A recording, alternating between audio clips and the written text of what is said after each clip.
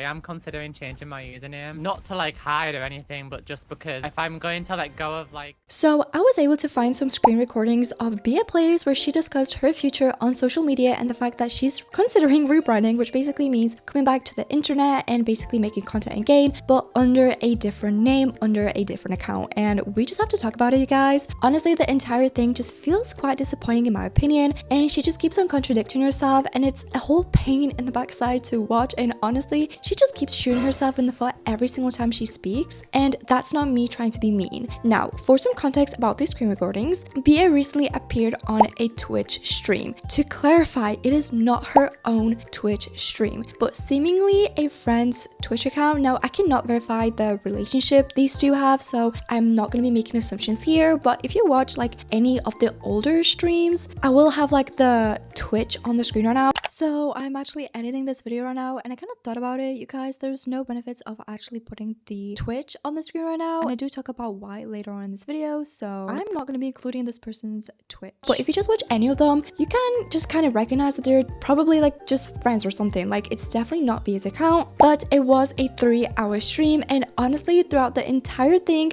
she kept bringing herself up, saying things like, I'm not expected to be forgiven, this was definitely a wake-up call, there's a positive side to this, blah blah blah blah blah. It's just like a whole 3-hour stream of persistent like avoidance, coping, and extreme victim mentality. Because I don't know how many people think I'm a terrible, awful person. So, Ethos, bye Sonia, it's really nice to see you guys and good to know you don't hit my gut. I've been doing this thing, guys, where I basically just stress that like on different days I stress about a different person. Like people from my community who were there from like for like years. I keep stressing that they all hate me. No, I was... To me, this wasn't a genuine introspection, and I would like to call it performative reflection. So best way to kind of explain that, it's just usually when someone adopts the language of growth. So saying things or like words like healing and learning and moving on without ever truly confronting the harm that they have caused. And it also like shifts the focus away from the victims and back onto the individual's like personal suffering. So that includes how they feel, how they have been affected, what they're up to, how their life just been changed around, etc, etc. Now, there was one part of the stream that particularly stood out to me, and it just rubbed me the wrong way, and that was when she had said that there's a positive side to this. It gave me the push I needed to sort my life out. I'm gonna play the clip really quickly for you guys. Where guys, there is a positive side, which probably sounds silly, but the small positive side is that I kind of wanted to not be on social media much anymore. I guess this kind of gave me the kick that I needed to sort my life out.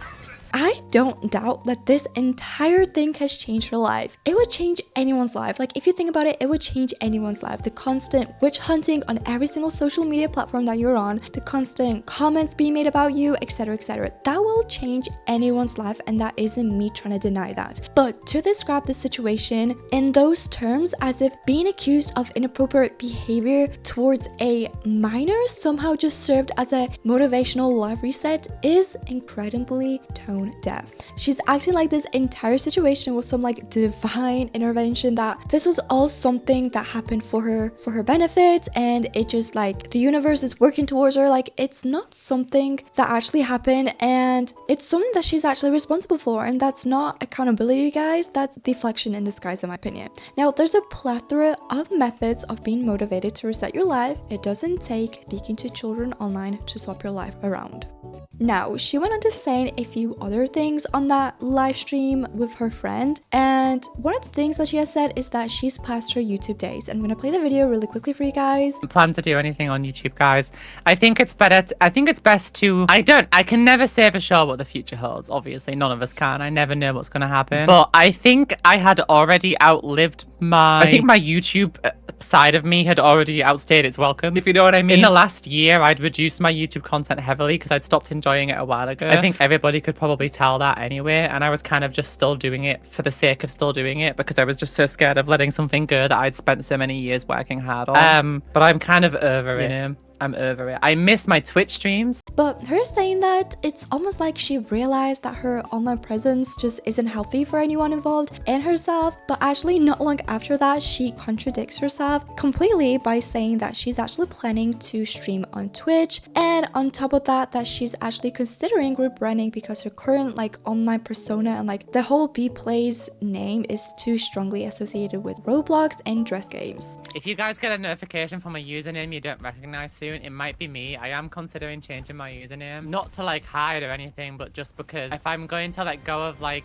my Roblox past and like fashion games and things like that, I kind of feel like my name is associated with fashion games, and that's the like. Now, I have a really hard time believing that's the full story, you guys. People don't just like reinvent themselves over shift in content. They don't do that. They do it to escape the weight of their past. And in my opinion, that's again not rebranding at all. I believe that's like, I think the word, or like, I believe it's called like identity disassociation or something, which is just like an attempt to sever the connection between one's public persona and who they were online and the mistakes tied to it. For instance, Bia has become synonymous with just so many different accusations and allegedly speaking to children, mistrust, and just being very irresponsible. And while that might make sense on like a prudent level, it is so morally hollow, you guys. And if Bia truly believed what she said, that this was like a quote-unquote wake-up call and that she wanted to quote-unquote step away from social media, then planning her next stream shouldn't be part of the conversation at all, period. Like, I honestly don't know what she was thinking. You don't deal with allegations this profound by going live on Twitch. You heal by disconnecting completely, taking accountability in private, and addressing the root causes of what led you here in the first place. Rebuilding requires silence and time, not a new stream schedule. And I really hope that she recognizes that soon. And basically what this stream truly revealed, in my opinion, is that Bia hasn't done the inner work. She's just trying to reframe her image. It's not reflection, it's damage control, you guys. And every single time she speaks publicly, she does chip away at her own credibility because she's just trying to regain that public acceptance, which she simply won't be able to obtain at all, you guys. Now, I do want to make something very clear, and again, this is just my personal opinion, but I am personally not against the idea of Bia coming back to make content again or being active online again. I don't think anyone should be exiled from the internet forever, but there's a difference between returning responsibly and returning recklessly. So again, if Bia were to make content again that's genuinely separate from her past, meaning it's not directed towards children, it's not tied to Roblox, and basically not built around the same audiences that she previously engaged with, then sure, there's so much room for that. There is so many different like niches that she could possibly go into, whether that is on Twitch like she has claimed, or YouTube, or a podcast, or anything like that.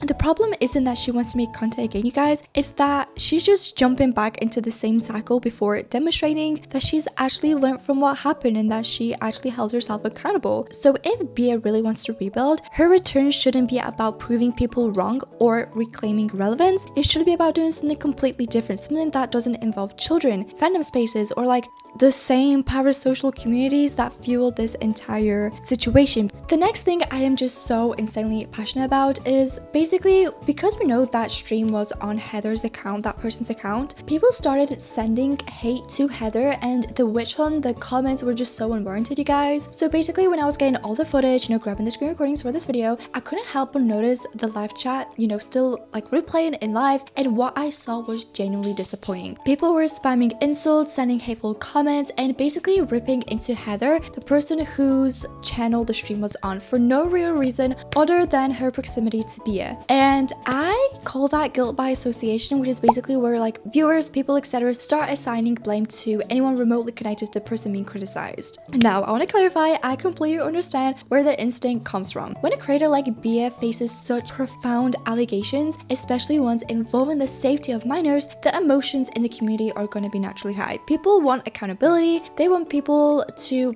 be held accountable, they want consequences, but they want to make sure that no one helps that person, Bia, slip back into a position of that's fair, that's a normal response to outrage and betrayal. But what actually happened in that chat was beyond accountability. Heather was literally the account owner of that account, and she was just literally present, yet viewers treated her like a compliance, and that's where things just start to blur. Now, I believe that, again, this is called displaced outrage, I believe, which is where people cannot directly affect the person they're angry at. Maybe they're not responding to the comments, whatever. So they channel that anger towards someone who's nearby. And that's exactly what I saw happening in real time, like on that live stream. People targeting Bea couldn't, comfort her personally, so Heather became the next target. And basically, here's the thing, you guys. When we start operating on that level, we're no longer holding anyone accountable. We're just perpetuating the same toxicity that created these storms in the first place, you guys. And this entire witch hunt against Heather was just so unwarranted and not necessary at all, just because she